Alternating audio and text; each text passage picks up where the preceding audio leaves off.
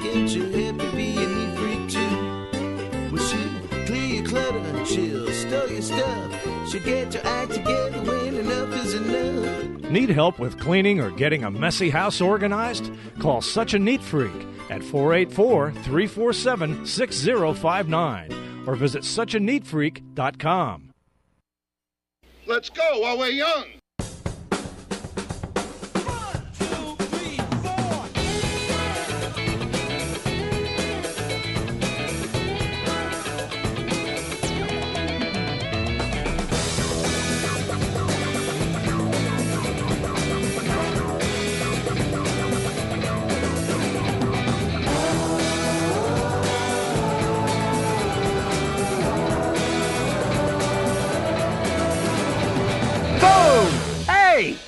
Here we are, limping to the finish. Get a drink and take a seat. You're in the back room. Or in Spanish, El Rumo Bacco. Nailing it. 4 years of Spanish. Don't make it, no big deal. Multilingual. Pfft, whatever. No big deal. Hey, everybody, it's your old pal, Gary Williams. And I hate the new Major League Baseball pitch clock. And that's random. Fucking hate it. All right? Baseball's fine, all right? You know, this idea that you're going to draw back there's nobody out there going, baseball lost me. If the games are only 20 minutes quicker on average, they'll bring me. It's not going to happen. That's not going to happen. Why you got to mess with everything? I hate the pitch clock. And people are like striking out on clock violations and everything. Come on. Come on. Okay, shifting gears. So you can tell that it's like, it must be the season finale because we're having all kinds of issues and things. But you know what, though? Like we always do, we're going to get through it together. Well, that's some of you. Some of you kick a hike. I don't know. Anyway, all right. Now, usually this would be the part where I would introduce what I call everyone's internet girlfriend, Maria Jarrell. What's going on over here with this? Is this being weird? Because why wouldn't it be? Hold on. Coming in hot.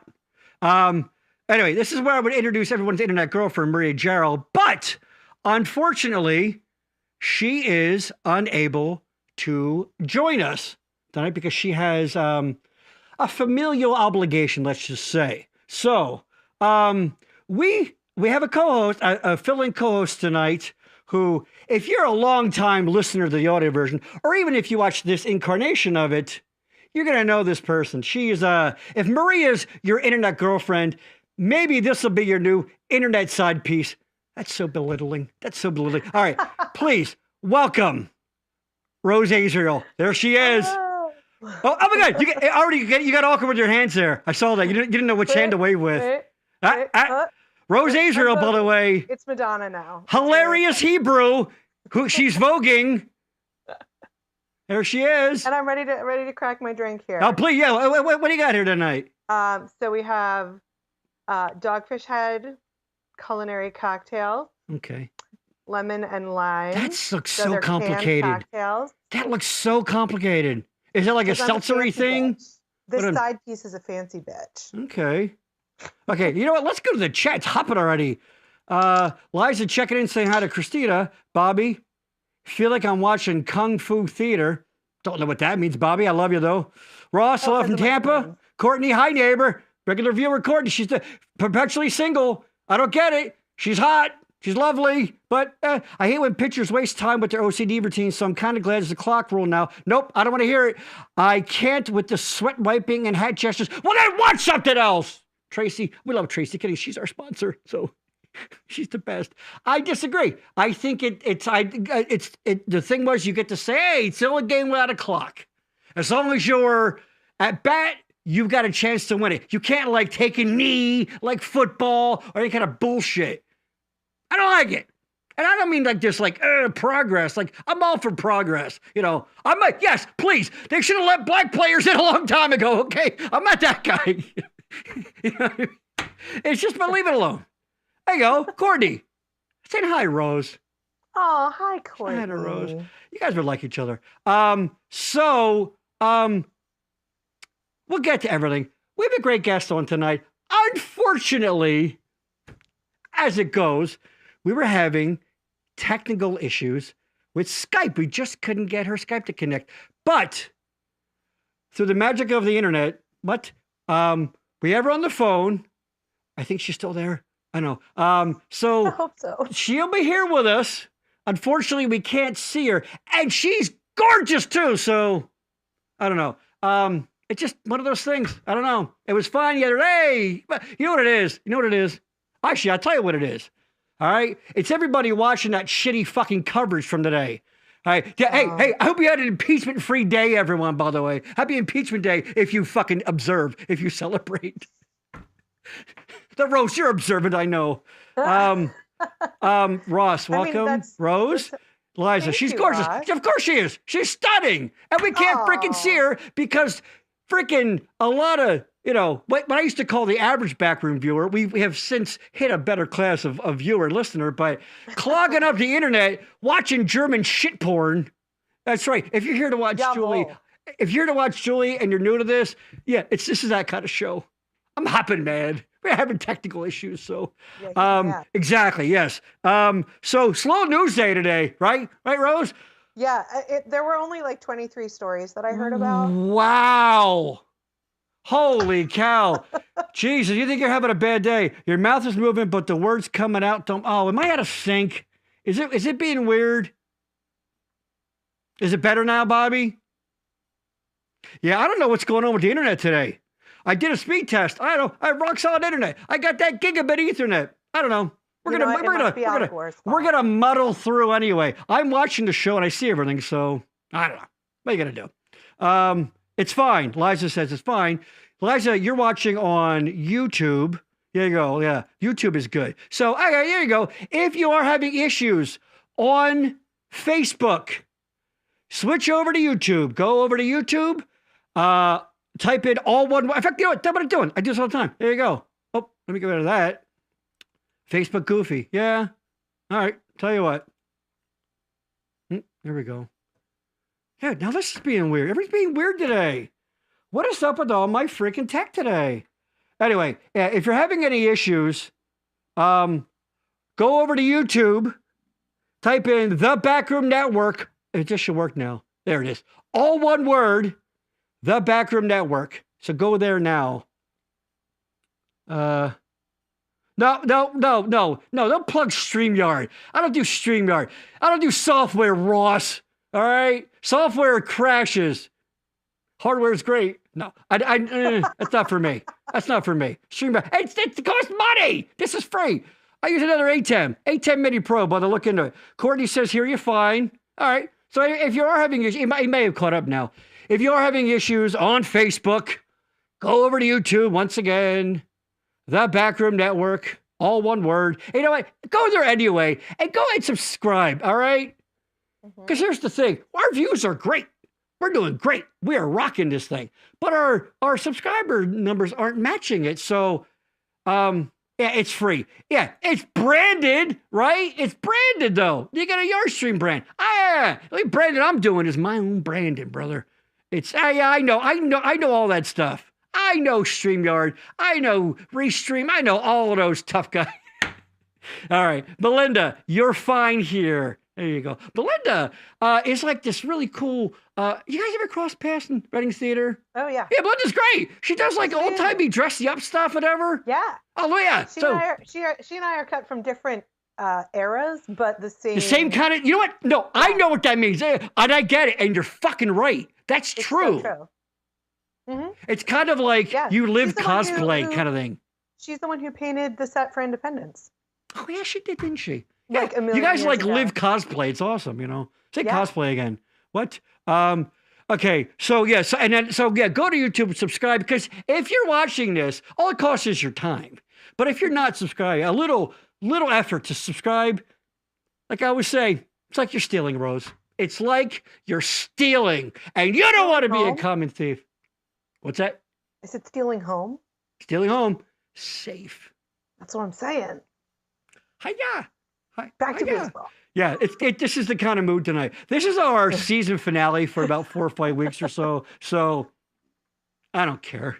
So enjoy it. Here, watch it. Ready? Sit back, ladies and gentlemen. An hour and a half of this. Here we go. Wow, I can smell it from here. I know. Woo! No, I'm freshly showered.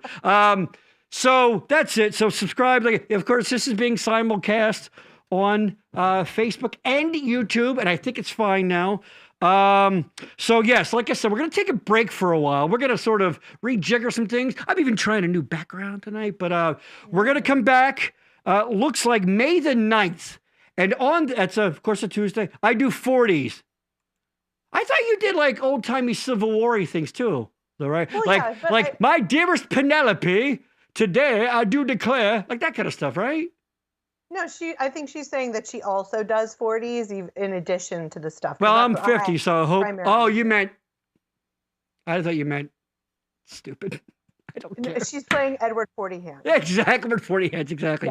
Yeah. All right, so May 9th, we're going to come back to, and we're going to have, if you watched last episode, you saw, and if you are a regular viewer, you saw Alicia. Alicia and her co-host, Kate, will be starting a new Backroom Network show. Boom! There it is. Participation Trophy Wives. That is going to debut on Mother's Day. How timely. But they'll be on the show May the 9th to plug away, and they are really, really funny. They're great. You're going to love them, so come back then. And 2 weeks after that, we're trying to, it's not exactly lined up yet, but we're going to have probably this group of guys, some friends who are, they had a great friend who unfortunately passed away about 8 years ago now, and they hold an annual golf tournament to raise funds and things. And it's awesome, and these guys are awesome.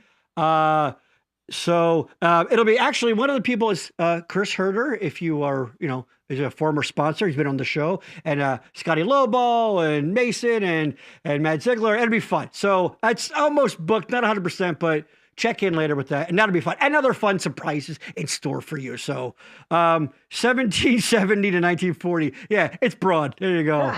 There you go. Courtney, 80s. Courtney loves the 80s. She does. She's an 80s kid through and through.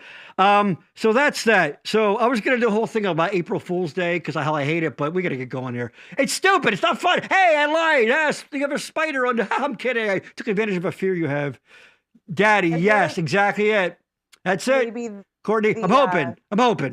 All right, I'm here for Julie. Give me Julie. We're working on it.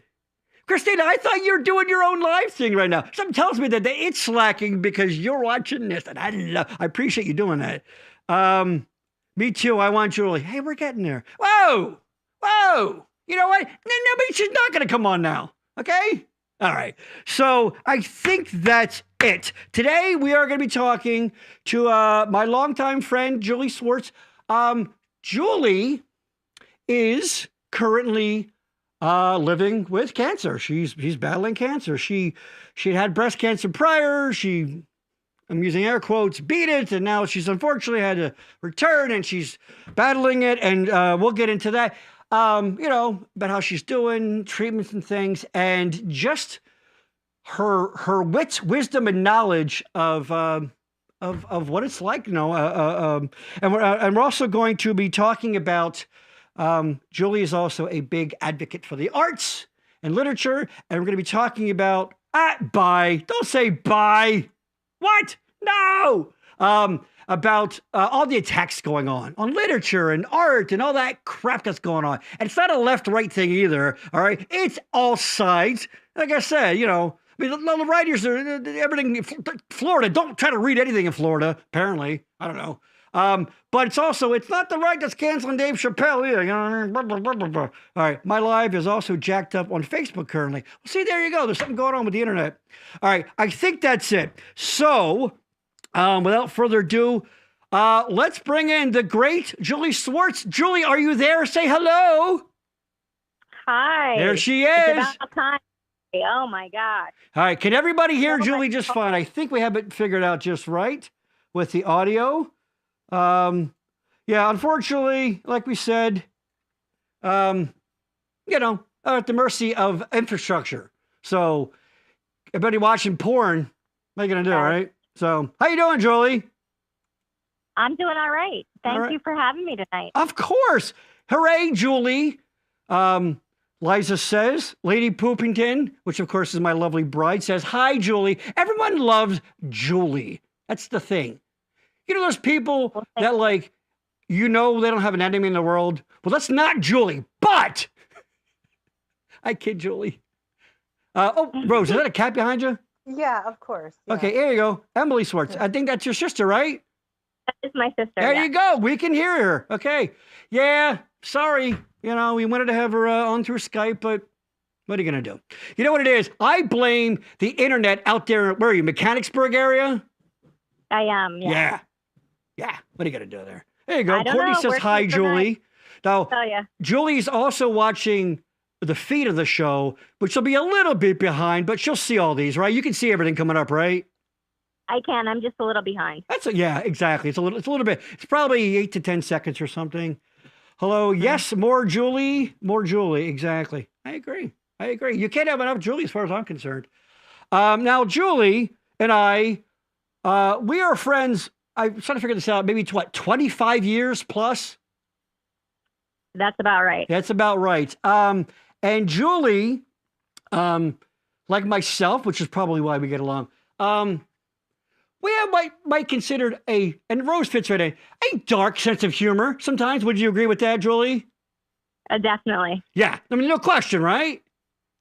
Mm-hmm. Yeah. So she's gonna talk about what's going on in her life and her battle with cancer, and it's gonna be really informative and forthright. But here's what it's not gonna be. Hey, Julie, how you doing? Gosh, I'm really, really sorry what you're going through. Because we don't do that shit, right, Julie? No, we're not tiptoeing through anything. We don't do that shit. All right. Here's what we're gonna do though. Just because we can pretend she's there, she was supposed to be in that box. So you're going to see it blink in the Skype logo every now and then, but she's there. There you go. Ross, stay strong, Julie. Exactly. Thank you. You bet. So we're going to talk about this. Julie's going to tell us, like I said, she's no, what's the expression? Wilting flower, help me, Rose, you're smart. Shrinking violet. Yeah, that one, shrinking violet. Hey, ding, ding, ding, ding, ding. Oh, I wish you could tell. You'll see her hilarious expression. So I guess, let me check a few things here. I guess, take us to the beginning. Now, you had breast cancer years ago. I did. I had breast cancer almost 10 years ago now. Okay. So tell me how you first sort of discovered it or were diagnosed. Sure. So I noticed actually that I had a small indentation in my skin on the underside of my right breast. And that's how I initially discovered it. I went into the doctor and they did mammograms and then they found a spot and they did biopsies. And that's how I was initially diagnosed. Right. And I was diagnosed the day after my 37th birthday. Wow. So I, at that point, was too young to have gotten a regular mammogram. Yeah. Unless you had like a familial history. Right. And at that point, 10 years ago, they had just, I think, knocked it down to 40. And they started to put those stipulations in place where you could get it if you had a family history, but you have to go through, petitioning the insurance and all of that sort of thing, which is never. Now, you said they changed it to 40, meaning like it was higher? It was higher. Any reason for that? And I suspect it's probably not a good thing. I would imagine number of cases at an earlier age? No, exactly. What was it prior? Exactly. I'm not sure, actually. 45, I think. Okay. But again, I was too young. And to be honest, I have never really had to get them regularly because I just have cancer. So they don't care anymore. Yeah. Oh, by the way, before we get into the heart of things, like I said, Julie, no pressure, but I'm going to need you to make cancer hilarious tonight. So if you can pull that, that'd be great. It's no pressure. So I'll try my best. You try your best. Courtney, this is from prior when you were making your adorable face. LOL, Rose. And of course, Christina was talking about I am, but I'm multitasking with her because, she's also running a live stream, but she took the time. Her and Julie and Liza, they all go way, way, way, way back. So those are her dear, dear friends who, of course, would be there for her. Yes. Yes. Yes, they are. Thank you for tuning in, guys. So you're 37.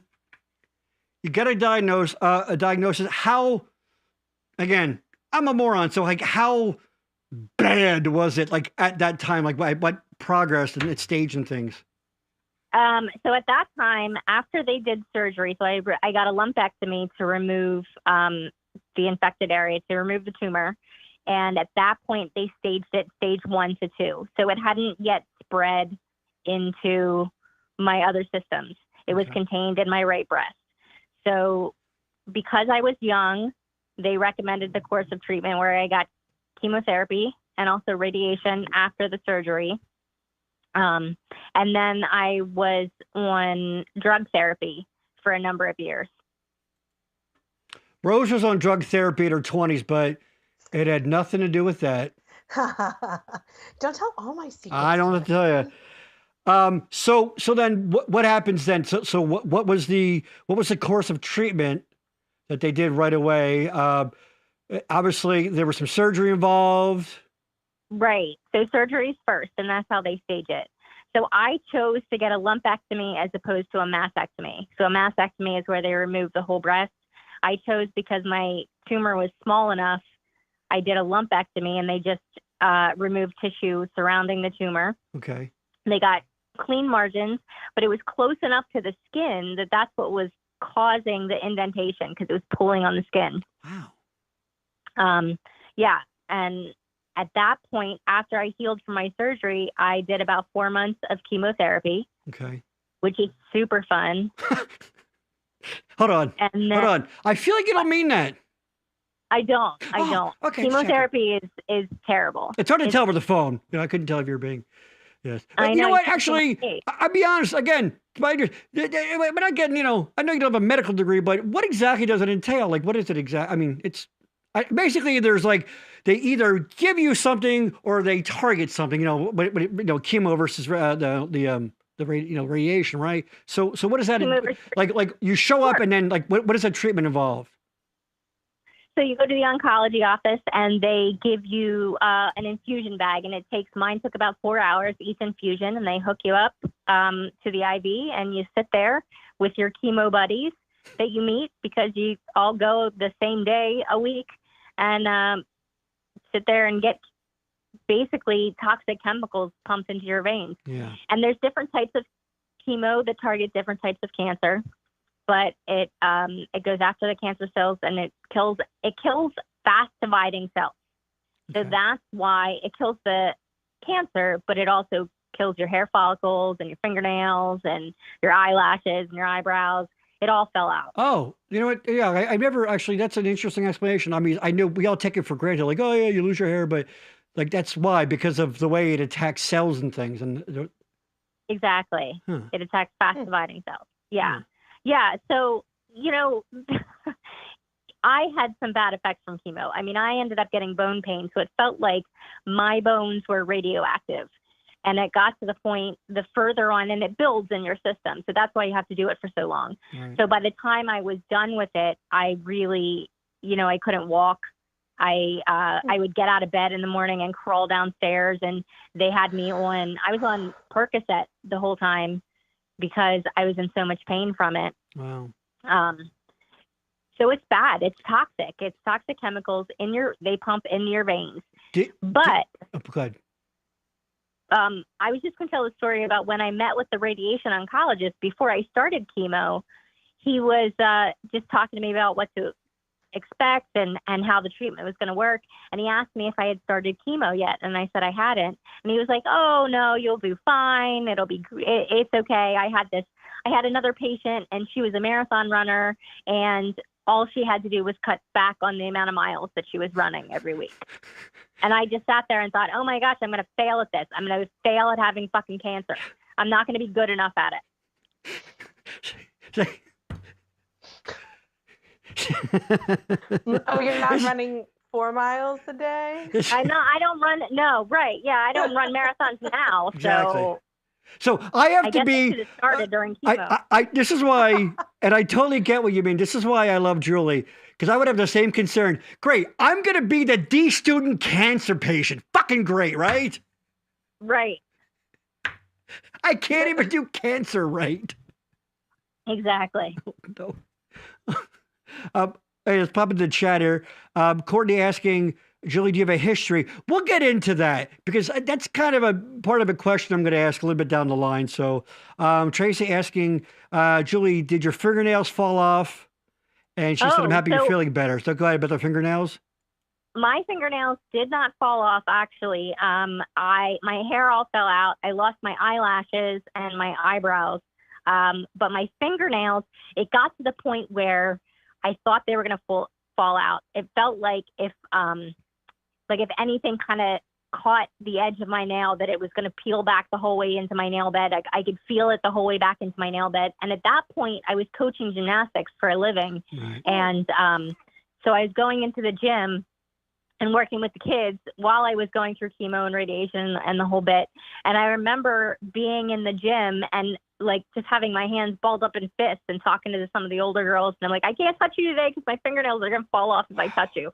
And gymnastics coaching is kind of very hands-on, right? With helping people with tumbles and things, right? Yeah.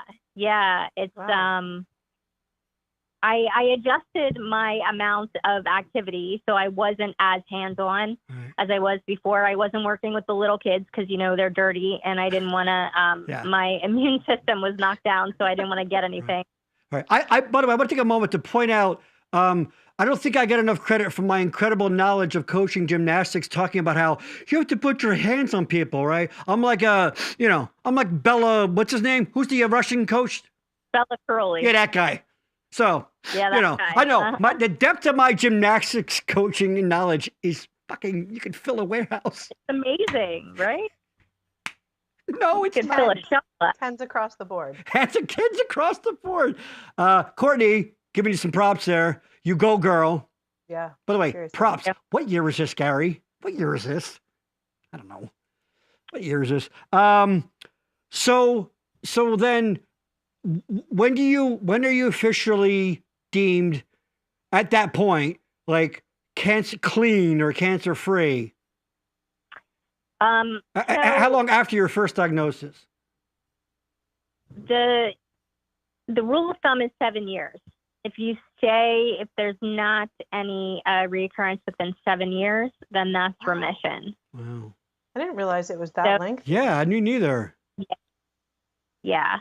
But, I can't speak for all doctors because every experience is different. I'm sure that other people have heard different things from their doctors. Doctors are they're very funny. They don't want to give you timelines unless you're, actively dying, unless they can say, like, listen, it's bad. It's going to be 6 months. It's going to be 4 months, something like that. Like, they don't really want to go on record saying anything. So with breast cancer, yeah, it makes sense. With breast cancer, especially, and with people getting it so early, there's such a high rate of reoccurrence that it's just pretty much assumed that it's gonna come back at some point. Yeah. Denise's mom got breast cancer, I believe, at 40. She was pretty young too. And then later she got bone cancer. But then she's passed away now, but it wasn't from the cancer. Like cancer, God bless her. I mean, she was like robo fucking woman with cancer. So just like you say, you don't know. And I get why. I guess they're a little hesitant because everybody's different, right? I mean, between lifestyle and genetics and stuff like that, right? Oh, exactly. Yeah. So I was on, when I said I was on drug therapy before, so I was on hormone blocking therapy. So I was on a drug. Yes, this is interesting. I'm sorry I interrupt her. Yeah, Julie and I always do a little setup phone call before, and this is interesting. The connection between hormones and specifically breast cancer or cancer in general. I know what I know about is specifically breast cancer. Okay. I'm sure that there's other types of cancer. Well, ovarian cancer, obviously. Yeah. I was going to say all of the female-linked cancers. Oh, the lady cancers? Are very, you want to say, Rose? Are very hormone specific. Yeah. So go ahead. So we were saying that about the hormone blockers, Julie. So I was on hormone blockers. I was on tamoxifen for a couple of years. They wanted me to be on that they initially said 5 years, and then they said 10 years, and then they said pretty much, until I entered menopause naturally or forever, they kept lengthening it. I stayed on it for about 2 to 3 years, but the side effects were so terrible that, and I wasn't getting a lot of positive feedback from my oncologist at that point about, relieving some of those side effects, that I decided to go off. Right, but the point of them is because it cuts off some sort of food supply essentially for the cells, right? Right. So my cancer, there's different types of cancer, but my cancer is hormone positive. So it essentially is like food for the cancer. It feeds the cancer. Right. Wow. Yeah. That's wow. Let's check again. Tracy. Yeah, Tracy's mom is battling too. Just went through all the same with my mom. It's really no fun for anyone, even though we played lots of games at chemo and entertained people each time. It was rough. You are a champ, she says. There you go. Right on. Yeah. She said you played games with people. So you have a community. I mean, it's a big open room, and everything is, all the places are different. They have private rooms, but the place where I went, they had a bunch of like lazy boys essentially set up, and people were in there. You're in there all day, so you might as well make friends. Yeah. Start a Facebook group. Yeah, basically. I had people that would stop by and bring me lunch. Like my mom brought me lunch a couple times, and yeah. Do they let you bring your pets? No, they don't let you bring your pets. They should. Goddamn right they should. Of course they should. For shame. Yes. And I was hoping, damn it too. I was hoping that you would bring your pooches on, because Julie has incredibly cute pooches. Actually, if you want, you could text the pictures to me and I can show that on my phone. But there you go. Fuck lady cancer. We need a cure. Right on, Courtney. Right on. You know what the problem is? And this is not entirely, I mean, it's sort of kidding, but not really. Like, there's so much money and things in like curing male pattern baldness that we take some of that brain trust of people coming out of medical school and they go, I was going to work for the American Cancer Society to help find cures for things, but there's so much money in dick pills and curing bald. So, we kind of have a bit of a brain drain. I mean, believe me, there's plenty, but it's like, it really should be on, like guys, accept the baldness. You'll be fine. We need all hands on deck for this one. You know what I mean? We need our smartest and finest here, people. Courtney, oh my God, pets should be allowed. Exactly. You get it? Pets should be allowed, yes. I would have loved to sit at chemo with my dogs. Exactly. Aww. Well, they do therapy, therapy dogs and things for people in hospitals. So why the hell not? Why wouldn't you? Right. Exactly. You would think. I'm going to get on that next time when I have to do chemo this round. I'll definitely get right on that. Stupid freaking people. So to speak though to what you're saying about needing a cure, I would like to bring up that since the time has passed as in between my first round and my reoccurrence, the medical breakthroughs have been astronomical. Like the amount of drugs that they have, the things that they're doing now that they did not have available back then, it's amazing to me. All right. Give us some example. Do you have one or two of them? Well, all the drugs that they're showing on TV now. I mean, that's a whole other issue, the fact that they're advertising cancer drugs on TV. Right. But I don't know if you've seen the commercial where it says, I have metastatic breast cancer and what I need is more time. Yes. Fuck you, obviously. But it's those drugs didn't exist back then. Huh. And I mean, hell, they have a shot for the help me out, ladies. I know it's a lady cancer, the cervical cancer, right? Yeah. Well, technically, no. Explain. Yeah. So yeah, I was going to say, Julie, you're welcome to take it too. I was going to say HPV is... Yes, that's it. That one. Yeah, HPV is a virus that can cause cervical cancer. Right. However, there are cases of cervical cancer that exist without the presence of HPV. Right. So technically, you're kind of like taking away one of the possibilities by having that vaccination. Julie and I were talking about this very thing the other day. And, again, not to make light of it, but I believe that's how Michael Douglas said he got cancer from Catherine Zeta-Jones. From, Yeah. spending some time down south. You know what I mean? Check it out. Supposedly. He went to the buffet, Mm-hmm. and he may have caught himself a bad virus there. I was going to say he was really into the clams. Really into the. That's why when I needed a co-host, to fill a co-host, I'm like, Rose would make a clam vagina joke. Yeah, we're gonna go with that. Yeah, let's go with that. Yeah. Having the clams. See, that's why women, people are like, that's why I have female co-hosts, because you can go there. You go there. Oh, she's edgy, and me go, oh, Gary, shame. All right. So now, let's talk about, unfortunately, of course, you had a reoccurrence. Your cancer returned. I did. Yeah. Walk us through that. What happened there? Sure. So I actually, so in March of 2020, I ended up having reconstruction of my breast because my initial incision from the lumpectomy surgery, the scar tissue adhered to my pectoral muscles and it started to pull. It was very painful. So I decided if Skype was working, we'd have you show us, but we can't. So, Right, exactly. Right. Unfortunately. I'm pretty upset about that.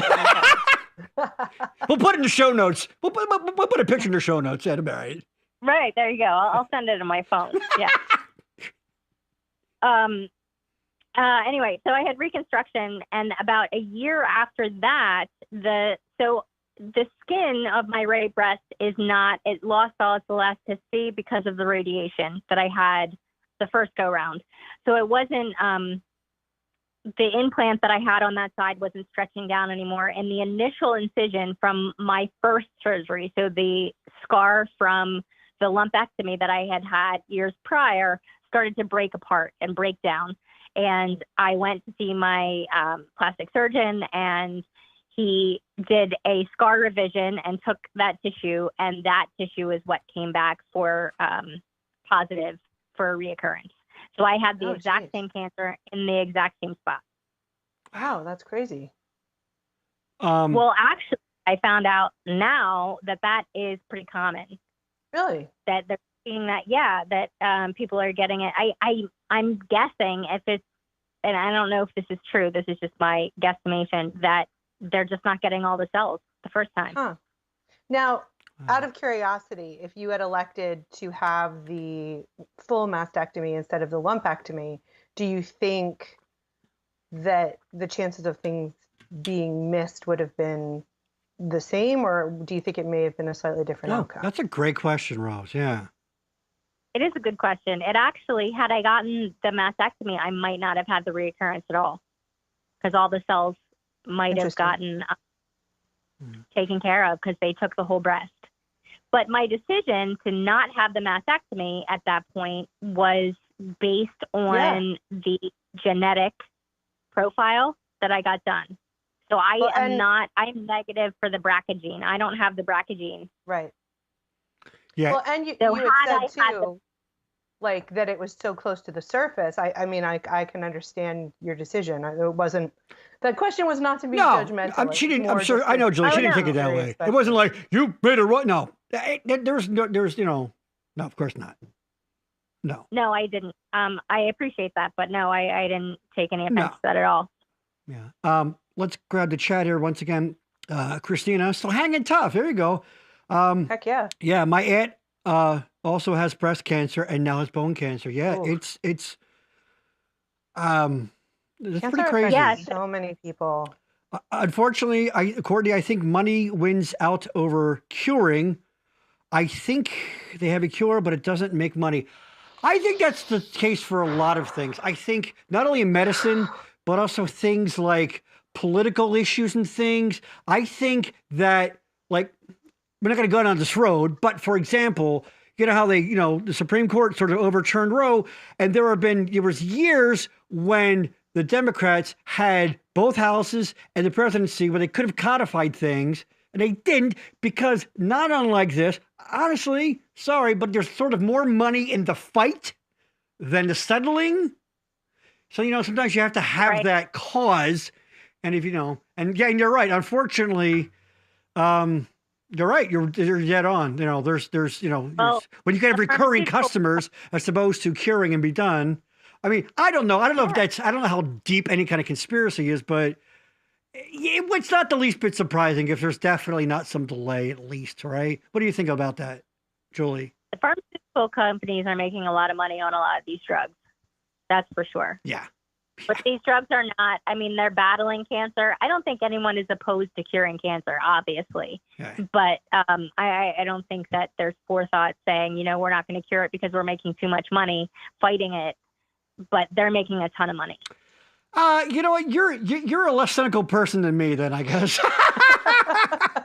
I suppose. Christina also, my aunt hates that they try to force her to do crafts when getting her chemo. Leave me alone! Leave me alone, right? Yeah, let me read my book or do whatever I want to do. Like, I don't want to participate in the crafts or the game playing. Yeah, this isn't summer camp, right? Yeah. It is not summer camp. You're right. I'm just picturing Christina's aunt bringing a book that she made a custom cover that says, how to ignore people who want to talk during chemo. When you want to be left alone during medical treatments. Oh, okay. Hint taken. You know what? It occurred to me, Julie, hope you don't mind, and I guess you won't because it is your profile picture, but I pulled up Julie's Facebook. There you go. Bam, it's her picture. Oh. Look at her. It's gorgeous, right? Look at that. Do you see you? Uh-oh. No. You don't see it yet? No, not yet. It's a little bit of delay, so... Yeah. I wanted to say, Christina, you said your aunt has bone cancer now. There is. Oh, yeah, there I am. So breast cancer has a tendency to go a couple of places, and one of the places it goes is to the bones. And the other place is the brain. So a lot of people, once it metastasizes, it tends to travel to the bones and to the brain. Yeah, you know what? Let's get it. I'm glad it's good that you brought that up. I'm glad. What? How dare you? I know. Now that we're talking about cancer spreading, hold on. Why does anybody watch this? I'm terrible at this. We'll get to Larry. Larry, check it in, Julie. Hey, Larry. Lots of love, my dear friend Julie. Remember, comps anytime. Sorry I can't hang. And he's in rehearsal for Disenchanted at Genesis. Getting a plug in, attaboy. Genesis Theater. Check it out. Their shows. They do awesome stuff. And I can't stand Gary. LOL. Oh, you. Oh, hang on. Oh, I'm sending a chat. That's weird. I know. That's one of my cancer perks that I get free tickets to any Genesis show. Oh. Yeah, I know. It's good stuff. To be fair, I have been told throughout the course of my life that my personality is a cancer. So? No, doesn't count. No, doesn't count? No. Well, that's some bullshit right there is what that is. Leave it to Gary to figure out a way that he can have cancer. Thank you. You know what? So he can get free tickets to something, anything. You know what? He never wants to be left out of anything. My schizophrenia couldn't get me a good parking spot, and now my personality can't get me comp tickets. What is the point of being a problem if you can't? Exactly. Oh, Courtney, beautiful. Exactly. Look at her. Look at this again. Now you won't see her for a while, Julie, but look at her. She's gorgeous. Come on. Thank you. Look at that. That's with my brand new hair too. After it grew back in. Oh, really? So it's curly. Yeah, it's wavy curly now. It never was. It was 6 straight before. I was going to ask you, is that really a thing? That hair really does come back in different, huh? Yes. Yeah. Huh. So my hair is wavy, or you could see it. It's curly. And it never was before. So yeah, it's also a little grayer than it was, but Well. Yeah. It's like going through cancer might have been stressful or something. What? A little bit. It might have, slightly. What? Yeah. Oh, okay, Dr. Rose over there. Listen, please. Whoever heard of a Jewish doctor? Oh, right. Oh. Actually, wait a minute. LOL, true, Gary. You. Love you, Courtney. Damn it. My chat keeps turning off. There you go. There she is. Love you. All right. Larry, she and I go back a long way. Julie, I still don't owe you money, he says. Ah, that's a running joke. And by the way, the fuck you don't, Larry, right? Right, Julie? Yeah, right. The fuck you don't. You owe me so much money for my youth and innocence. Oh, heavens. Larry may have robbed Julie of her youth. Yeah. So what you just said is that Larry is cancer. Larry is youth cancer. Yes. Since you're ascribing it to everybody, you know. Yes. Oh my God, Courtney talking about the hair. Like pubes? Oh. Yes. Hey, Courtney, when the show's over, just, if you want to just put a text, that Ah. All right. Also, Courtney, Julie, she's asking Julie any side effects. From what? I guess you mean that may have been from earlier. They're coming in a little weird every now and then, but yeah, like what were you pretty? Did you react what is probably in a pretty common manner? Did they say was it in any way exceptional? Was it pretty standard or? Well, it depends on like what treatment you're talking about. Pick one. I did mention pick one. So the chemo side effects I got were pretty run of the mill, although I got bone pain, which some people get and some people don't. I had it pretty badly. I luckily did not have as much of the nausea and vomiting as a lot of people do, but they had me on a lot of preventative drugs for that. So that took care of that for me. I lost my sense of taste because it kills your taste buds too, because it's fasted by itself. And I had mouth sores in my throat and my mouth, and so it was hard to eat. Yeah. I lost all my hair, and my daughter actually at dinner one night was asking me, like, are you going to lose like all your hair on your body? And I said, I better not have to shave my legs if I lose the hair on my head. So, wouldn't that be some bullshit, right? Wouldn't that be some bullshit? Wouldn't that be some bullshit? Now, I got to ask, Larry, yikes. Yeah, exactly. Oh, boy. What do you mean by your bone ache? Like, what does that describe that if you can? The bone pain? Yeah, bone pain. It felt like my bones were radioactive. I felt it most like from my hips into the bones in my legs, and it literally felt like my bones were on fire. Like it felt like an internal burning, like coming out? Yes. Like I could actually feel my bones in my legs, which is a strange thing to say. But if you think about it, you can't really, like, you don't notice your bones being present. Yeah. And this felt like agree. Fire. Right? I mean, they're there and you can stand up, but you don't like feel them as separate entities. And this felt like they were on fire. Wow. That's a really solid point. I would imagine, other than like hitting your elbow or doing something, Al, we don't go, gosh, I have bones. I wonder how let me mentally check in on my bones. Right. Can I feel the bones in my legs right now? Can I feel the bones in my legs right now? Yeah, that's not something you're supposed to have to think about, right? So, all right. Yeah. So you go and they test you and they find it again. Now, here's something that, and I've heard this before, but I don't really understand it.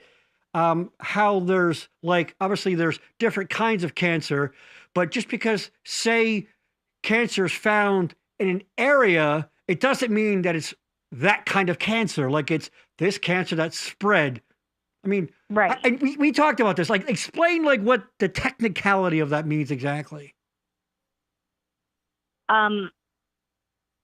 So basically, it's about where your cancer originates, and each cancer cell is different. So the different types of cancer have a different cellular makeup as well. And I am not as well versed on that. I know about breast cancer, but my breast cancer, then once they diagnosed the reoccurrence, they found that it had spread to my lymph nodes, and then it went to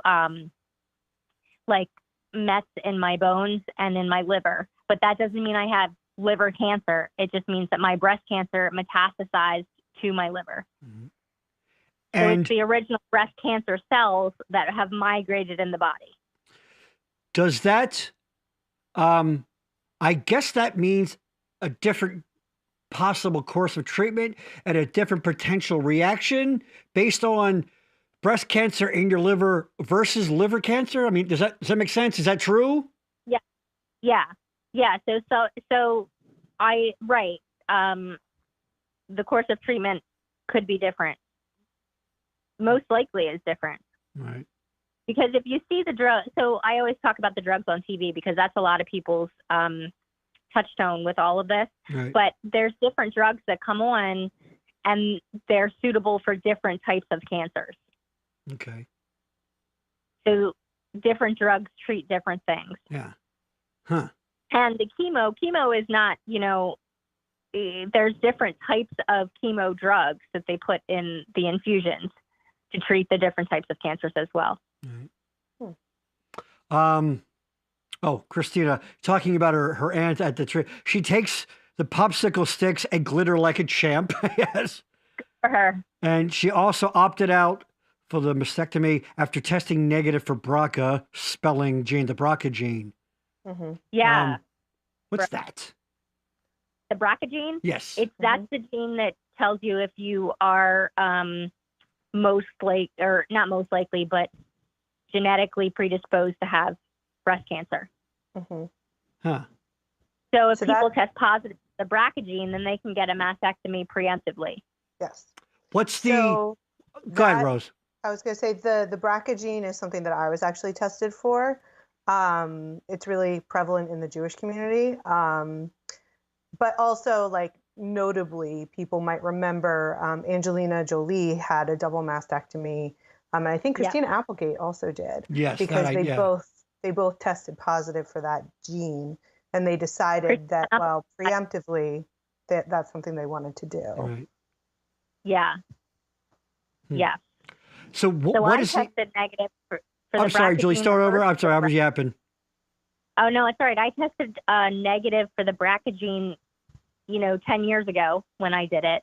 And then when I did a full genetic panel again, once my recurrence came around, and I tested negative for all of the genes that they have since found in the meantime. Wow. So the full panel, I tested negative for any sort of genetic predisposition of cancer. What is the likelihood of contracting it if you do in fact test positive though? I'm not sure. Okay. Rose, do you know? So when I was tested for the gene, it was, now granted, I was tested 15-ish years ago. If you have the BRCA gene, pretty much the chances of you having one of the female cancers at some point in your life is a guarantee. Right. Them occurring earlier than menopause is pretty high. I think it was in the 60s or 70 percentile. Right. But after menopause in general, it's more common for women to have breast cancer. I was going to say that, yeah. Julie, chime in on that. What is because obviously you were really young.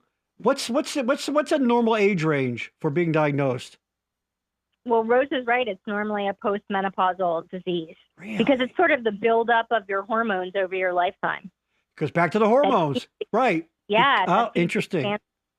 Huh. Yeah. Well, Julie, of course, ahead of the curve, like always. Of course. I know. I'm an fucking trendsetter. Oh, well, and I was going to say she not only is an overachiever, but also she's defied the odds in that she didn't test positive for BRCA and any of the other genomes that have since been linked to breast cancer. Yeah. So she's really an Yeah. outlier. And we'll talk about you touched on, and we'll get to this now about genetic predisposition. But Christina talking about Larry, he will send you the check. Just don't cash it till next Thursday. Pardon me. Oh, right. Oh my God. Exactly. We love you, Larry.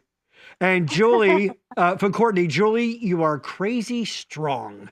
That is damn right. That's why you may have noticed the title, The Art of Toughness. Absolutely. Because I think of Julie, I think of tough, and I think of artistic. So, Thank you.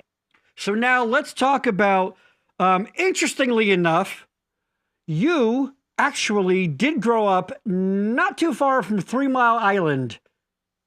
That's true. Yes. That's true. I did. I was 3 years old when 3 Mile Island happened. Yes. And tell us about your mother and your father, but also your sister. Oh, so I actually did some research, and there's not enough evidence. There's not a big enough pocket to have to say that 3 Mile Island is positive and causing cancer. However, my mother and my father and I all have been diagnosed with cancer within a small window of time of each other, and my sister, who was not alive at the time, has not. Is she past the age that you were when you were diagnosed? Yes. Okay. Yep. Okay. But the other thing I just found out is there's a pod of cancer in Lancaster County because of all of the farms and the chemicals that they use for the farming. Well, like runoff and things? Mm-hmm. Yes. Mm-hmm. Really? In the groundwater. Yep. It's a cancer cluster. No kidding. Now your father's since passed, correct? Correct. He passed of pancreatic cancer. And since I was diagnosed the first time, there's now a link between breast cancer and pancreatic cancer. And what's that link? His mother, yes, which I didn't know about. So before that came back, I thought for sure, because at that point, my father had just passed the pancreatic cancer. I thought for sure that I was going to come up positive for that gene because his mother died of breast cancer when he was 9 years old. Wow. Yeah. Huh. I'm sorry. That's nuts. Oh, are you still there? I am. Okay, I'm sorry. So let me go back to this. So yeah, of course they're going to say, well, there's no definitive thing because it's one of those things where it's like, if it's not absolutely 100% across the board, then we can say there's no link, but there sure as hell could be. That's an interesting. I had never heard. There just wasn't enough. There wasn't enough numbers to say that it's an official cancer cluster. So they said. Yeah. You know, I don't know. Yeah. I wonder how much of that is just like unreported, to be honest. That's true. People move. Well, that's true. You know? Yeah, that's true. Courtney, yes. Damn it, the chat keeps going off. It's weird. Menopause is horrible. Yeah, if you watch the last episode, I had, of course, Marie was, co-host, and we had our sponsor Tracy and Alicia with us, who was the co-host of the upcoming podcast Trophy Wives, and they menopause attacked me. We talked about that, and Tracy brought up because I was giving Tracy a razzing, and she said something to the effect of, "Oh, it's tough dealing with menopause," and I'm like, dealing with it. I got a 52-year-old wife upstairs who had medically induced menopause. I'm a victim of menopause. Well, generally, I believe the rule of thumb is that you just put the men on your life on pause, and that makes it better. Men on pause. Mm-hmm. There should be a button on the remote, right? Well, Tracy, sounds like a class action lawsuit can be made against 3 Mile Island. That's the thing. Apparently not. Apparently there's not enough. Right. I wonder if anyone's actually. Yeah. Go ahead, Rose. What? I wonder, though, if anyone has really done any digging into any of the cases, because I imagine so many people probably did move from that area after that event. Yeah, exactly. Of course they moved. That's a really good point. Follow the data. Of course, if you're not, we're not seeing it in the area, it's like, well, yeah, because maybe people said, let's move out of, warranted or not, maybe just out of, caution or something like that. That's really interesting. Curious. That was what, 79, Julie? Yes. Yeah, I remember there was a big, it was a huge deal. Rose, were you born yet? Kiss my piss. You stink. No, I'm adorable. You are adorable. So where are you at now, Julie? Like, what is the status of where it's at? I have no way to segue into that. It's so weird and awkward. I apologize. So please. No, it's fine. So I initially had it in my lymph nodes. It has since spread. I have Mets on my spine and on my ribs. Mets being metastasized lumps, correct? Right. You taught me that. Thank tumor. You. Yeah. So the tumors have metastasized to my bones, and I had 3 spots on my liver, but those have since resolved because of the treatment that I'm on, which is really good. Okay. So I actually had a worse prognosis when the recurrence was diagnosed, and they've kind of backed down on that a little bit because I'm responding so well to the drugs, which is really great. Fucking awesome. Yeah. Yes. Tremendous. Your friend, Julie, your friend Nicole Shiner. Yes. Check it in. Love you, Julie. Love you too. There you go. There you go. That's awesome. No, yeah. I have been so blessed that I have such a great group of friends. I have such a great support group. People have really showed up for me in these last couple of years, and I am so very thankful. That's awesome. Speaking of that help, there's an organization that we're going to talk about in a little bit that you informed me about. Courtney, amazing, exactly. So very sort of quickly, what are some physical signs? Some like what are some precursors? You go now thinking back now, it was kind of I felt a certain way, or I don't know. Maybe there were some signs that What are some things you think maybe you could pass along to people that keep an eye out for that? Obviously, other than any genetic predisposition, but actually like physical symptoms or something. Well, I mean, that's hard to say. It honestly, because mine initially was so close to the surface of my skin, I had that indentation. Anything that shows up on your body that's not supposed to be there, get it checked out. Okay. I know that people don't want to, and it's scary, but trust me, stage 4 cancer is scarier. Yeah. Yeah. How did you, other than actually feeling something, were you noticing your energy or your focus? Were you a little foggy? No. Anything like that at all? Nothing. No. I had nothing like that. I had no physical pain. Nothing. Really? Not even pain? Really? Yeah. Julie, You're supposed to tell me that your elbow is sore, sorry. And then it's very clear, and then now we don't know. Oh. Listen, that is my experience. But if there's pain, definitely go get your mammograms. There you go. Go at 35 if you can. Yes. Go as early as you can. Yeah. If it's in your family, it's worth the fight with the insurance company because. Right on. If they find something, go through the biopsy. It's all very scary. But like I said, having stage 4 cancer and dying of cancer is much scarier. Right on. Back in September, I mentioned it on the show. I lost a childhood friend, my pal Barry. He was just shy of 50, turning 52, and he had colon cancer, and he's like, dude, get tested. Whenever I talk to him, we text all the time, and we went over to their house a few weeks before he passed, and he's like, brother, get tested. And we did do the, and we made it a family event. We did the poop in the box thing where you send poop in the mail. That's an interesting thought for people right now. There you go. Right now in the United States postal system throughout, there's boxes of poop just floating around from San Diego to Portland, Maine. There's boxes of poop throughout the mail. If that doesn't make you feel good, I don't know what does. So, but yes, exactly. Like Julie said, get tested. Don't put it off. Don't be a hypochondriac weirdo, No, but especially with breast cancer, do your self-exams. also, Right. which Yeah.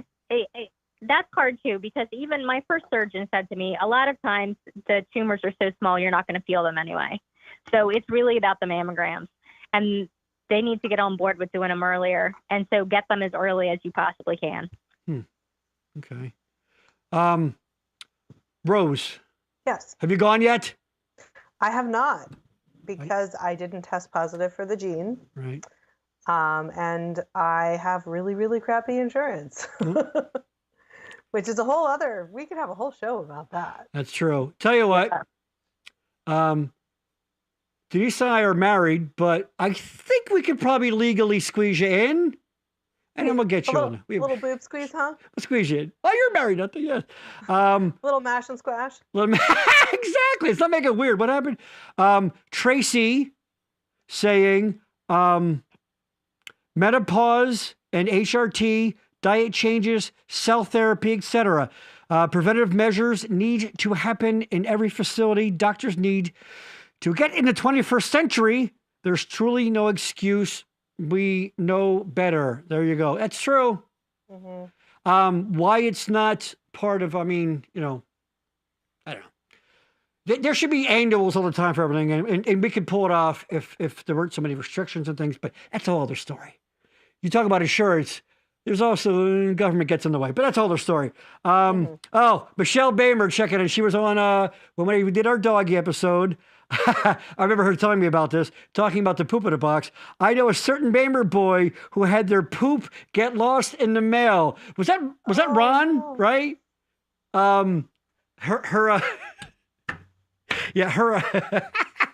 Her sister-in-law's husband, her brother-in-law by marriage, he did do that, and they just lost it. So I guess they had to do it again. Like, it's not like we did it, and it's not the most. It's weird because you got to catch it and get the. It's not. It's a little humbling, and then they're like, "Oh, sorry, got to do it again." So, oops. Julie, very quickly, also, what are anything that come to mind? What I call sort of myth versus reality. I'll give you an example. I remember hearing growing up, my dad always said this too. He's like, if they cut you open and they expose the cancer to air, that's it. It's like gas on a fire, which turns out is bullshit. So anything like that, right. you think people should know about? That's a good one. I didn't hear that one before. Really? I've never heard that one either. I thought that was true till, I don't know, not that long ago. And apparently, and look at it, it's a very common, the internet says a lot of people think that. So, of course, a lot of people think a lot of dumb things. So, but I don't know. Anything that comes to mind like that? I did, not really. It's so hard without specifics. Because Fair I enough. can tell my experience, but everybody's experience. Julie, why don't you know everything about cancer ever to know? Come on now. I don't know, because I, put my effort in other places. I just don't study cancer all day long. Atta girl. Solid answer. Go ahead. I was going to say, during one of my biopsies, they had a hard time getting it numb. It was very painful, and it was going on forever and forever. And one of the doctors told me that's because you can't numb cancer, that it doesn't respond to the drug. So it remains painful. Yeah. It is immune to like pain killing. Really? Yes. So they have when you get a biopsy, they have a great big needle that they stick in your boob and put numbing material in there so they can stick another big needle that's basically a vacuum hose in there to suck up some of the tumor. But yeah, they couldn't get it numb and said that it doesn't respond to the nerve agent. Yeah. Look at Rose fucking cracking her butt. I can tell you, there you go. Boob Needle was my favorite early 90s band. So you guys remember them? Remember Boob Needle? Yeah, they were the tits. They were the tits. See? Come on. We got like 9 more of these folks. There you go. Come to the Backroom Show for all your cancer-related humor. Courtney, all about money. That's true. Blood work, Tracy. Blood work didn't always show everything that is going on in your body. Yeah, that's true. I've realized you have to be your own advocate, absolutely, for deeper testing. That's Also, true. going to a specialist if you're not getting answers. Go ahead, Julie. Jump on that. No, that's absolutely true. You have to be your own advocate, 100%. And I'm young and going through this process, and I often wonder about some of these elderly people that are going through it that don't have the advocacy, and it's heartbreaking to watch. Yeah. But you have to stand up for what you want and what you need, and get the answers that you deserve. Yeah, that's a really good point. No one's going to, I mean, if you're lucky, you have that doesn't take shit loved one, either a spouse or a sibling, whatever. And they're always good to have too sometimes. Because sometimes, I mean, I had some surgery a bunch of years ago, and I mean, nothing like this level of this, but I 100% counted on Denise, of course, to be like, you got to remember everything, because between being drugged up and just being like, your head goes somewhere else kind of thing. And you're right. Definitely having advocates. But at the end of the day, you got to be your own best one. Absolutely. Yeah, no question. Tracy, my grandmother said that too, Gary. Exposing it to air makes it worse. See? Exactly. Like, oh, it's like some sort of alien thing. Like once it touches, as if there's not pockets of air and oxygen flowing through your blood system. You know what I mean? Yeah, because blood doesn't have any red blood cells. No oxygen in those. Right, exactly. Yeah. Courtney, I heard that I had 2 cesareans. Makes me worry. Are you talking about the air thing? I don't know about the air thing. Maybe the pain thing. I'm not sure. Oh. I'm not sure what you mean, Courtney. If it's the air thing, don't worry about it. Apparently it's bullshit. So,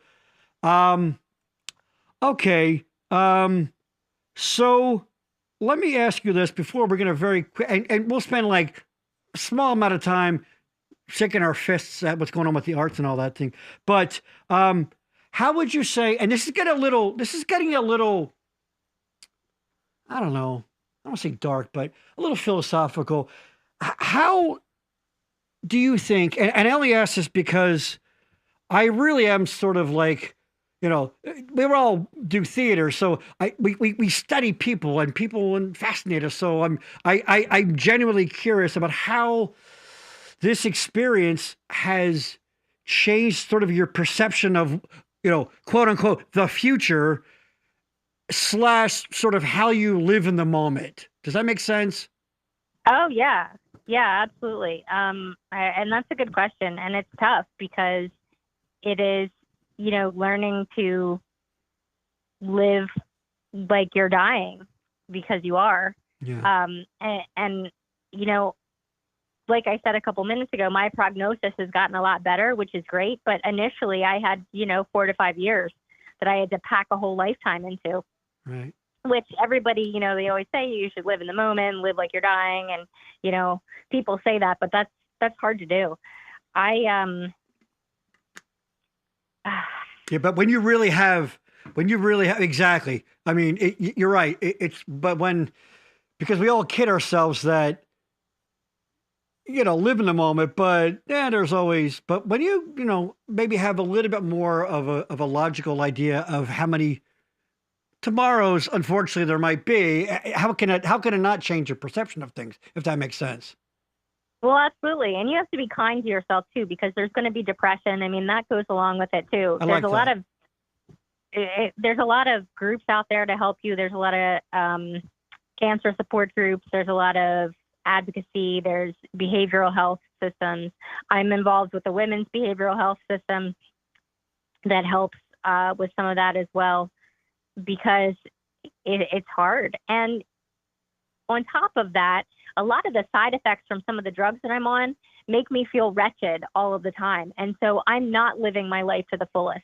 So it's not just how many years do I have left, but how many good years do I have left to be able to even do the things that I'm going to want to do. Right. I'm actually currently writing about it. And the working title is The Smart Girl's Guide to Dying. So we'll see what comes out of that. Right. Wow. You know what? Of course. It's a fucking gorgeous title. It is. Yeah. So, I mean, thank you. About your sorry, very quickly. And I mean, if you put that, someone just said, here's a title someone thought of. I'm like, Julie. Fucking that's Julie. I can tell you right now, fucking Julie. Julie did that. Sorry, Rose, go ahead. No, that's fine. I was going to say about your writing and I mean, I think of like journaling when you're going through something terrible. I mean, like, have you found any sort of like catharsis in like writing it all down and telling your story? A little bit. And I've always wanted to write books and do things like that. So I'm really finally now allowing myself to do the things that I've always wanted to do. Yeah. That's awesome. I'm sorry that this is what it took for you, but Yeah, I'm really glad that you're doing I mean, it. I'm sorry that this is what it took also. I bet. Yeah, Unfortunately. totally. Yeah, like you said, obviously, but boy, what a motivator! All right. Right. Yeah. Let's pop in Michelle again. I'll read it. It's very small because it's a lot. Michelle wrote, my mother had a breast lump removed in 2019. She then had radiation treatment. Her radiation treatment caused angiosarcoma, which happened but usually doesn't for 8+ years after. She had her left breast removed this past November and will now be on chemo till she can no longer tolerate it. And the don't make me read these big words, angiosarcoma will rage through her organs. Know your choices for treatment and their own possible negative effects. That's a really good fucking point. Yeah. That's a great point. Yeah. That is a great point. Yeah. I had radiation and I had no problem with radiation at all. A lot of people get skin blistering and burns. I didn't have any issues with it. It was like a walk in the park compared to chemo. Right. And here's the thing, for some people too, no treatment is an option. And I think that's not, It is. I don't think people respect some of that enough. People's making a choice to, I mean, it's not about not wanting to fight. It's maybe understanding where they are with it. I mean, that gets really, that's a whole episode, just that topic itself. But because that's at the end of the day, like you said, it's your best advocate, but you also have to have respect for people's choices, no matter how you might feel about it personally. Right. It's right. Well, that's true too. And it's really, I mean, I went through it with my dad, but you have to respect other people's choices. And it's really hard to watch somebody that you love go through cancer. But you have to let them walk through it because it's their life. Right on. Absolutely. Tracy, when you're in the middle of the cancer world, it's all consuming and exhausting. It's like the only thing you're trying to survive. I'm so thankful to you for sharing your story. God damn it, if I chat. Right on. Absolutely. I think this is a friend of yours. I think I saw him post Charles Frederico, Julie. Oh, yeah. Would love a signed copy of your book when available. I'm rooting for you. You got it, Chuck. There you go. Courtney, Julie, wow, and just humbling. I wish you so much love and hope. There you go, Tracy. You're right, Gary. My dad chose no treatment. It was harder for us to accept, but it was his decision, his body. Absolutely, Yeah, that's because at the end of the day, you could be like, what? I would imagine there's a lot of what ifs. And but life is what ifs anyway.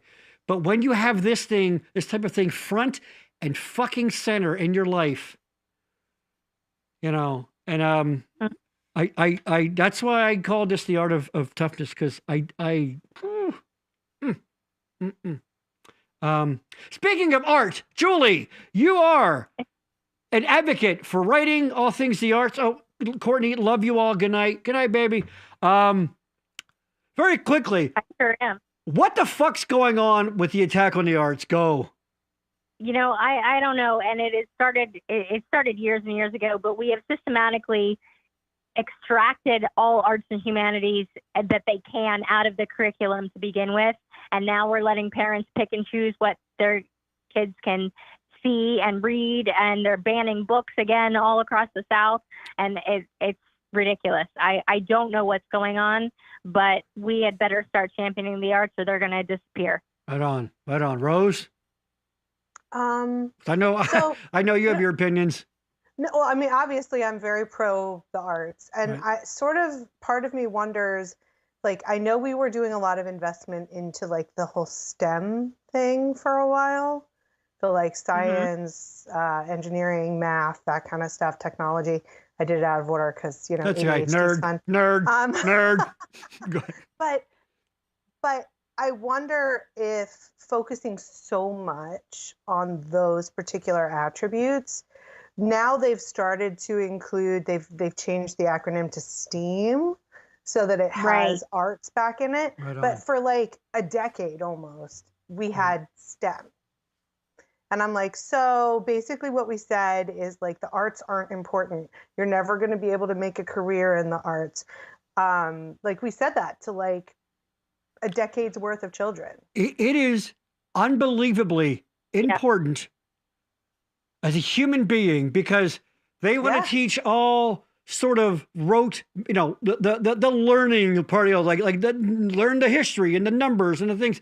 But arts teach you how to fucking be a person. You know, I remember hearing something about, I think it was Einstein, it talked about how you need a well-rounded education, not just the sciences and the things you study, because you have to learn to take that knowledge and bring it into a world and just interact with the world. And nothing does that better than arts. I mean, my God, music, you know, for example, just we all have a reaction to it. It's something primal in us, you know, or expression of yourself, you know. So quit fucking with the arts. Looking at you, Florida. Well, literature teaches them how to interpret a text. How are we going to expect these kids to grow up and be adults that can take what they read and understand it and interpret it in a way that's meaningful and is logical if we're not teaching them to do it? Right on. Let me. And plus, the arts teach you compassion and empathy, which we all need. Absolutely. Amen. All of us have worked with like people who were maybe were in school at the time, kind of thing, high school kids and all that. And we all know some great kids. Danny Gardner, who was on 2 episodes ago. He's, you know, Broadway dancer. Amelia Frank Vitale, who's been on this show. She's a paleontologist. And her expertise is immigration and stuff. These are all kids. I knew them. I was in my 20s. They were kids. They were like 16, 17, you know, on the cusp of graduating. All involved in the arts. All amazing individuals. Absolutely. And you, Julie, you freaking nailed it. It teaches you. And dude, talk about teamwork. We've all done shows. You have to learn to work in a group. You have to learn to do your part, but let other people do their part. That kind of, it is so vital. And it really does help make it's a little hacky, well-rounded individuals. Absolutely. Someone talk, go. I also had seen something recently about how specifically theater and like performative arts are really good for kids who may not otherwise know how to interact in social situations. Because let's be honest, historically, there's the cliche about the arts attracting the weirdos, right? We all hear that. Like we're the inside kids, Fuck, and that's okay. Yeah. Fuck you, like, squares. Go learn your math, nerds. But like honestly, there is like a piece of being a part of a theater production and that kind of team that is very different than being a part of like a competitive sports team. Because on a competitive sports team, like the star player is going to get like more accolades, and, you know, they might get a scholarship and whatever. And like, you know, the scouts might be there to see them for said scholarship.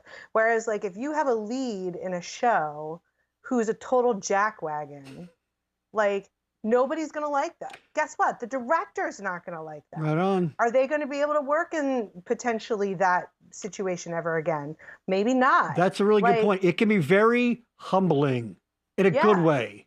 But that's exactly my point. And to that end is like someone who only may have like 2 lines in the entire show is just as important, because without those 2 lines, we don't have the show for Mr. Superstar Jackwagon to be in.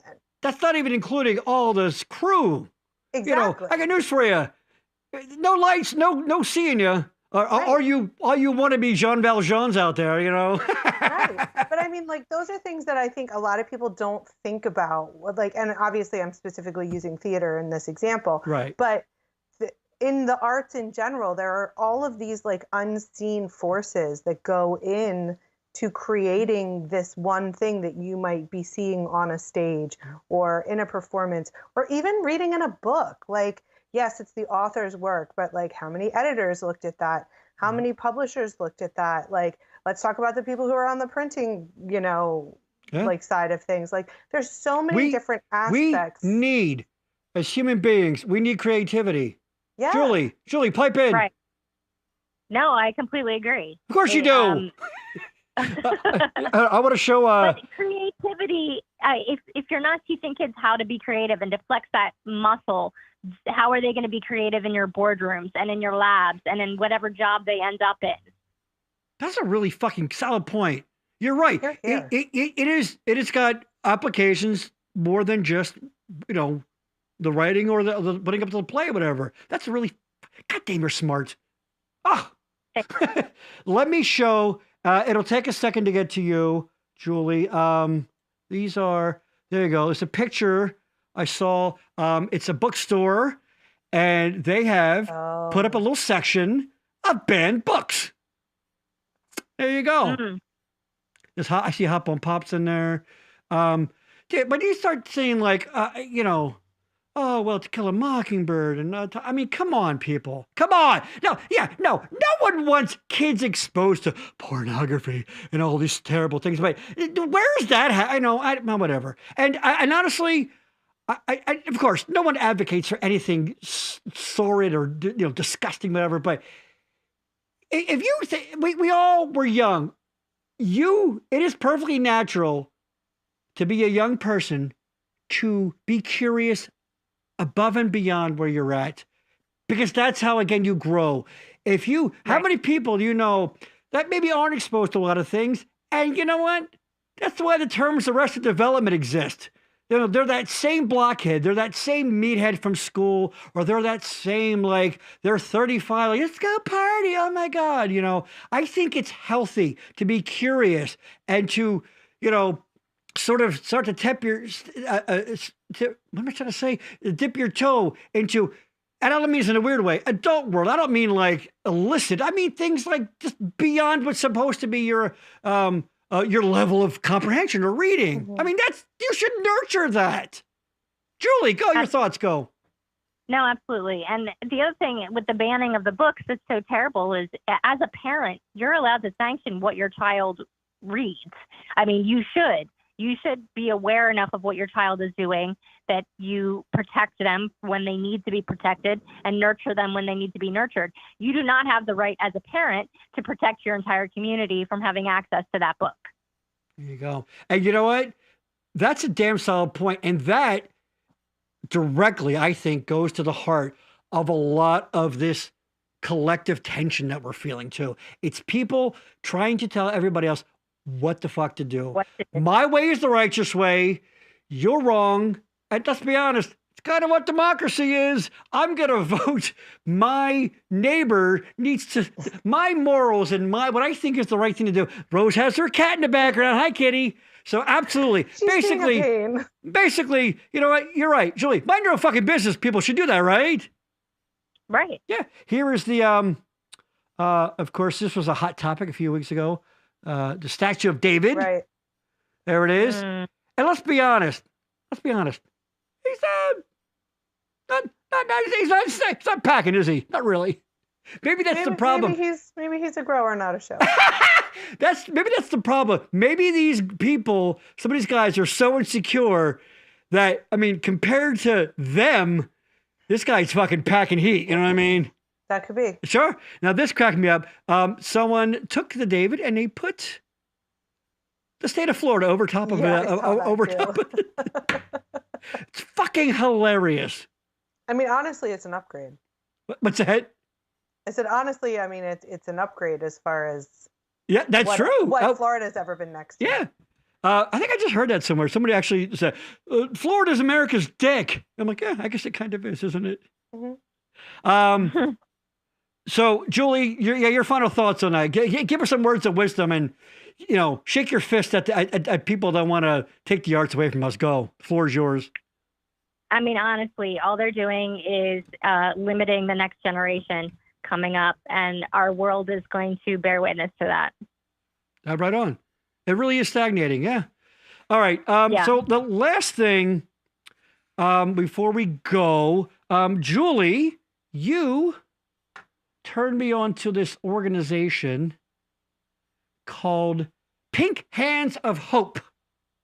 Oh, right. So they're a great little local place in Mechanicsburg, Pennsylvania. Tell you what, I'm going to put the site on the screen. Go ahead. Okay. It's a thrift store. It was started by a man named Brian, and his wife went through breast cancer, and he noticed how difficult it was for her. And so he wanted to be there to help other women. And they, if you want to be involved at all or have any kind of give in the community, this goes right to people in the community. They give out checks to people to help them pay bills. They have a room that's specifically for cancer patients where they provide them with wigs and with prosthesis and all kinds of things.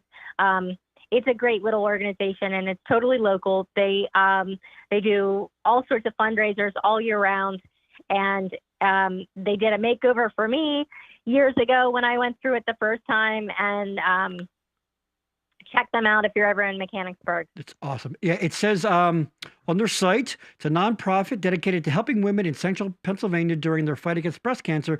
We supply free products and services to help them make their journey a little easier. Wigs, caps, clothing, shawls, knitted knockers. Interesting. Yep. Port pillows, and many other items available at no cost. We also, and this is what Julie just touched on, we also offer services such as free makeovers, financial assistance with medical bill payment, help with transportation costs, and much more. And what you and I discussed when we brought this up to me is that absolutely what an important thing is, because what a boost it can be. Obviously it's the worst time of your life, and these people come along and they go, you know what, we're going to help you feel better, on the outside, which hopefully will translate on the inside, because it really is, I mean, it's in the name, Pink Hands of Hope. At the end of the day, the most important thing, especially when you're dealing with something like this, hope. That's it. That's true. Absolutely. Very So pinkhandsofhope.org. Check that out. If you see here they do have a Facebook page and Instagram. And also, you know what, Julie, offhand, do you know of any sort of one-stop shop for like information about where people can find groups like this in your area? Maybe American Cancer Association or something? Yeah, I would start with American Cancer Society. Okay. But I don't know of any place where you can go that has a registry of small town things. Right. But I'm sure there's something local to you. You just got to do a little digging. There you go. And you know what? Actually, maybe reach out to these people. They might be able to help you. Maybe they might belong to a larger organization, like a national organization. So pinkhandsofhope.org. Check it out. Julie. Yes. I love you. I love you too. Yes. Let me go back to, oops, I'm showing that. Let me go back to your photo. You should be seeing, because you are lovely in every sense of the word. I'm trying to get through this without getting a little, it's not a backroom show if I don't get a little misty. Rose, go ahead. Give us some parting thoughts here, some words of wisdom and anything you want to say. Well, I also just want to say how much of a pleasure it was to talk to you, Julie. Having never met you, it was really an interesting conversation, and I feel like something that we, as a society, don't really talk about the actualities of diagnoses like this. And thank you for sharing your story. I think that was really awesome, and keep us posted on that book because that sounds incredible. Absolutely. But yeah, Julie will be returning to this very program. That you can count on that. Amen. Here. Julie, well, we're friends and we talk. So if I don't summarize everything perfectly at this moment, you'll forgive me because I could go on for days talking about my respect and admiration. And I fucking love you. That's how we say it in this world. We say I love you. So I love the hell out of you. So know that. Thanks. And you are loved. Okay, everybody, once again, I'm going to throw some plugs out there. Backroom Network. If you're watching it on there, you probably found it, but hit that subscribe button and like and all that stuff. And so, like I said, we're going on a break. So a good time to check out previous episodes to get caught up because our shows are pretty evergreen, meaning like we don't spend heavily too much on like that actual incident that happened that day. That maybe like, hey, let's talk about the Super Bowl that happened last week and do, because that doesn't, but we talk about things that that matter next week and a year from now, like we try to anyway. And also follow us on Facebook, The Backroom Show, The Backroom Network. Again, we will be back. We're taking a break. We'll be back May the 9th. With the lovely ladies, Alicia and Kate, from the upcoming Backroom Network show, Participation Trophy Wives. God damn, that's a great name, isn't it? It's so funny. I love it so much. That is such an awesome name. Julie, any parting words of wisdom for all of those out there? No, just listen to your body. Right on. That's going to be the biggest thing. Listen to your body. Don't be afraid. And wash your butt, right? Absolutely. Wash your butts, people. Specifically. That's specifically to you, Gary. Oh, come on. Hey, ouch. Look at you getting the fucking party shot in there at the last fucking second there. Talk 3, about a rim 2, 1. Buzzer beater. Bam. All right. That's it. Say no more. On that note, thank you, everyone. Again, this will be out audio version. We still put that out for everybody. Sorry we had some issues. We'll definitely have Julie back, and you'll see her beautiful face. But thank you for sticking through it. Julie, you were a warrior. I love you. And everybody, thank you so much. And we'll see you next time in the back room. See ya.